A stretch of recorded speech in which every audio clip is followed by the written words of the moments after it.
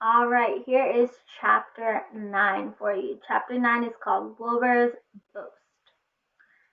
A spider's web is stronger than it looks. Although it is made of thin, delicate strands, the web is not easily broken. However, a web gets torn every day by the insects that kick around in it, and a spider must rebuild it when it gets full of holes. Charlotte liked to do her weaving during the late afternoon, and Fern liked to sit nearby and watch. One afternoon she heard a most interesting conversation and witnessed a strange event. "You have awfully hairy legs, Charlotte," said Wilbur, as the spider busily worked at her task. "My legs are hairy for a good reason," replied Charlotte.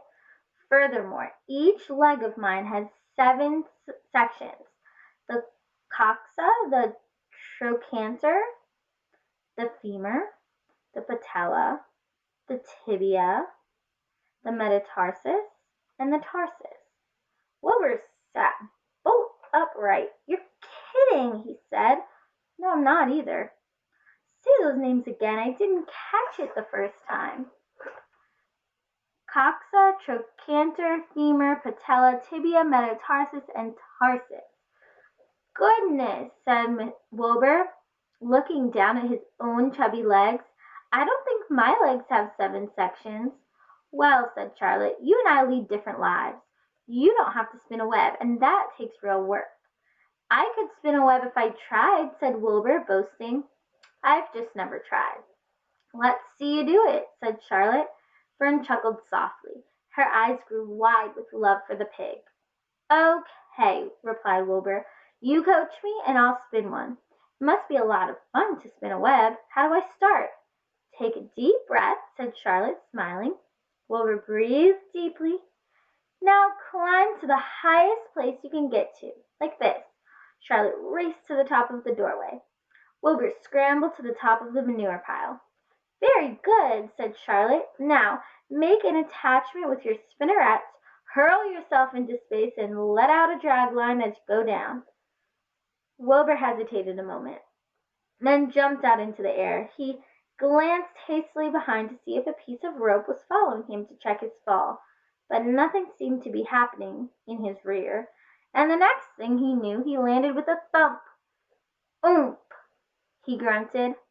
Charlotte laughed so hard her web began to sway. "What did I do wrong?" asked the pig, when he recovered from his bump. "Nothing," said Charlotte. "It was a nice try." I do think I'll try again," said Wilbur cheerfully.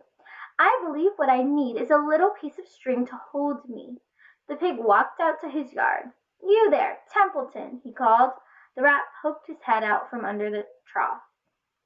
"Got a little piece of string I could borrow?" asked Wilbur. "I need to spin a web." "Yes, indeed," replied Templeton, who saved string. "No trouble at all. Anything to oblige." He crept down to his hole, pushed the goose egg out of the way, and returned with an old piece of dirty white string. Wilbur examined it. "That's just the thing," he said. "Tie one end to my tail, will you, Templeton?"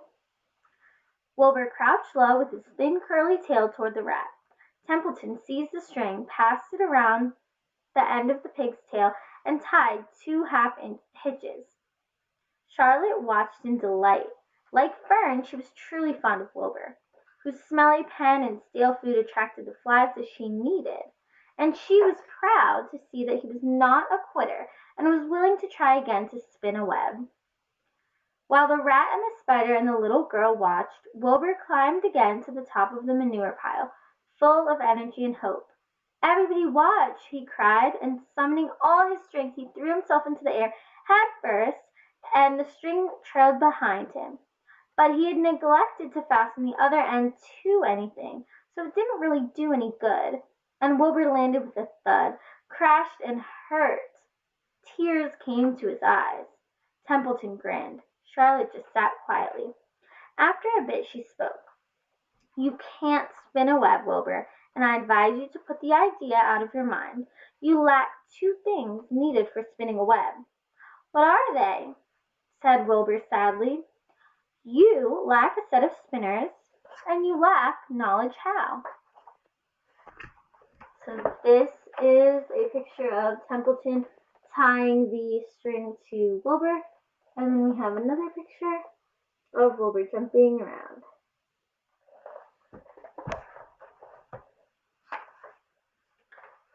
But cheer up, you don't need a web. Zuckerman supplies you with 3 big meals a day. Why should you worry about trapping food? Wilbur sighed. You're ever so much cleverer and brighter than I am, Charlotte. I guess I was just trying to show off. Serves me right. Templeton untied his string and took it back to his home. Charlotte returned to her weaving. You needn't feel too badly, Wilbur, she said. Not many creatures can spin webs.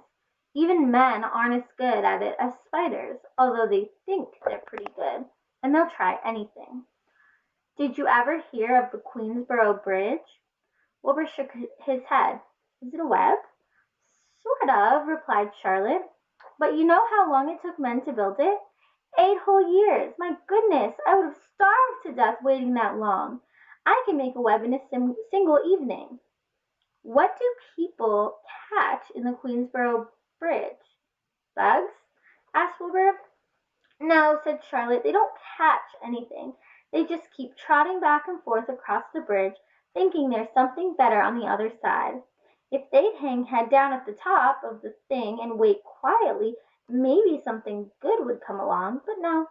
With men, it's rush, rush, rush, every minute. I'm glad I'm a sedentary spider.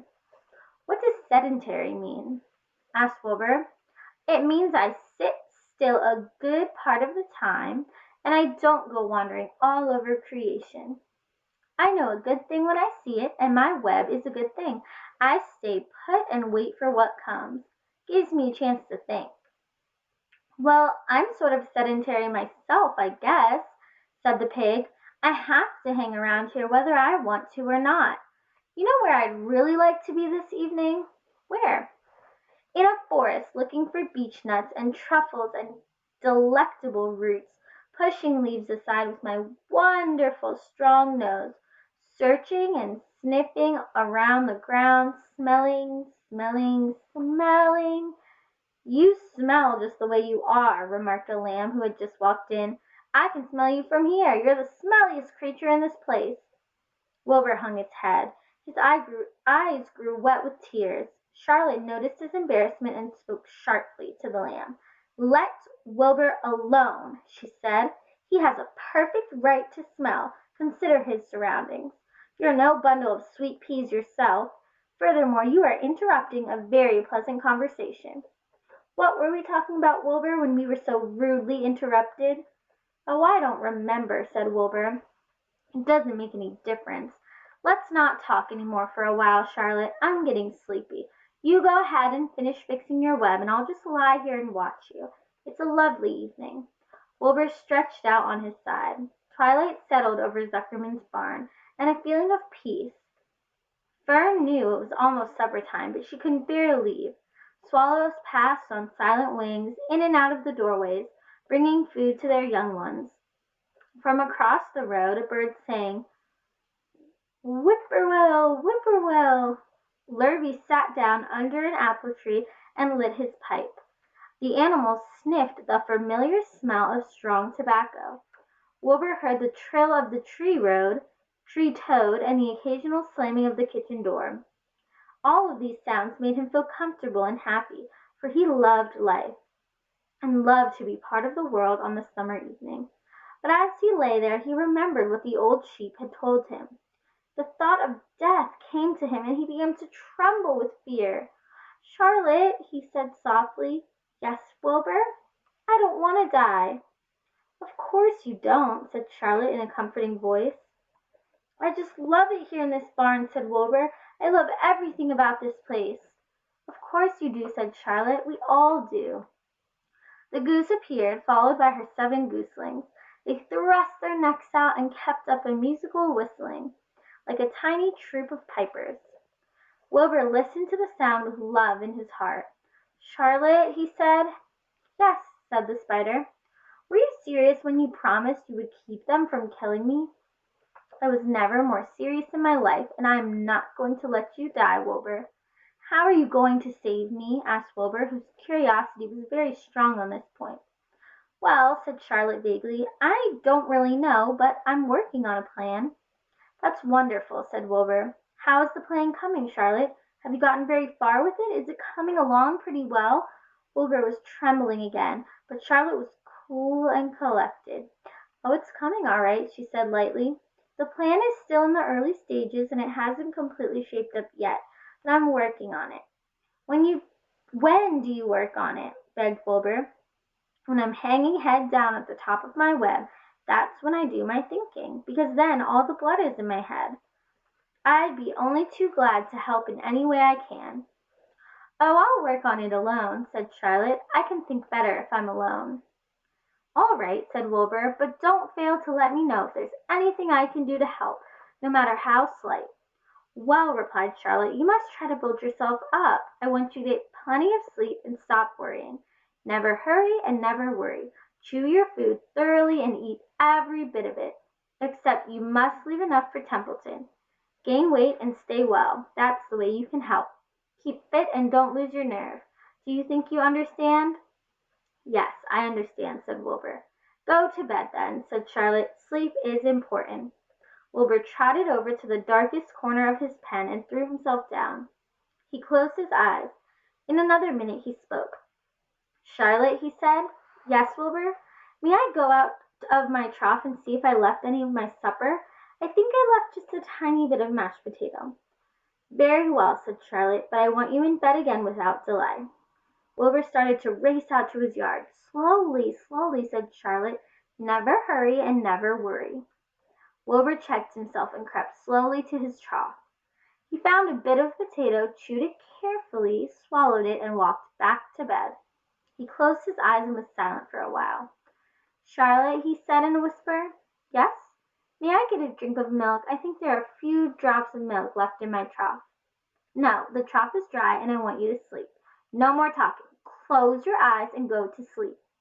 Wilbur shut his eyes. Fern got up from her stool and started for home. Her mind was full of everything she had seen and heard. Good night, Charlotte, said Wilbur. Good night, Wilbur. There was a pause. Good night, Charlotte. Good night, Wilbur. Good night. Good night. And that's chapter 9.